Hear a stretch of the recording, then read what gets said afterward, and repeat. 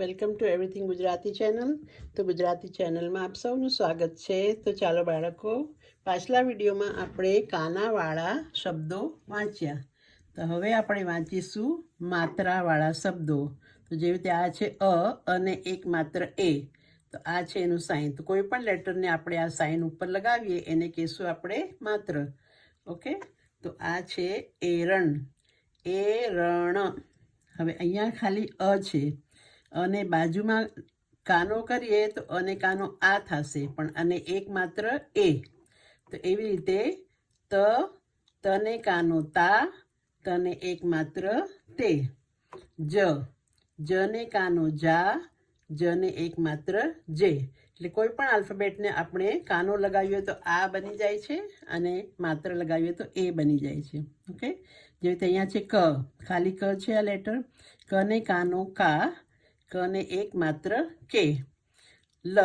લને કાનો લા, લને એક માત્ર લે. છને કાનો છા, છને એક માત્ર છે. આ શું છે? હવે આપણે વાંચીએ એ, જે, તે, ને, લે, દે, છે. હવે આપણે એને વર્ડ બનાવીને વાંચીએ. તો વર્ડ કેવી રીતે બને છે? બે લેટર મળીને. તો પ પ્લસ એ, પને એક માત્ર પે અને ટ, પેટ. બને એક માત્ર બે ટ, બેટ. આ છે ભને એક માત્ર ભે ટ, ભેટ. તો આ છે પેટ, બેટ ને ભેટ.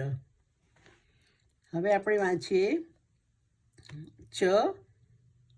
ચની સાથે કાંઈ જોઈન્ટ નથી. ડ પ્લસ એ, યા ડ ને એક માત્ર ડે, તો ચડે, પડે, રડે.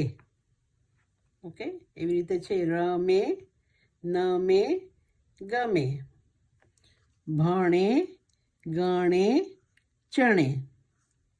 આ છે ખેતર, નેતર, તેતર, કેસર. હવે આપણે થોડુંક એવું વાંચન કરીએ.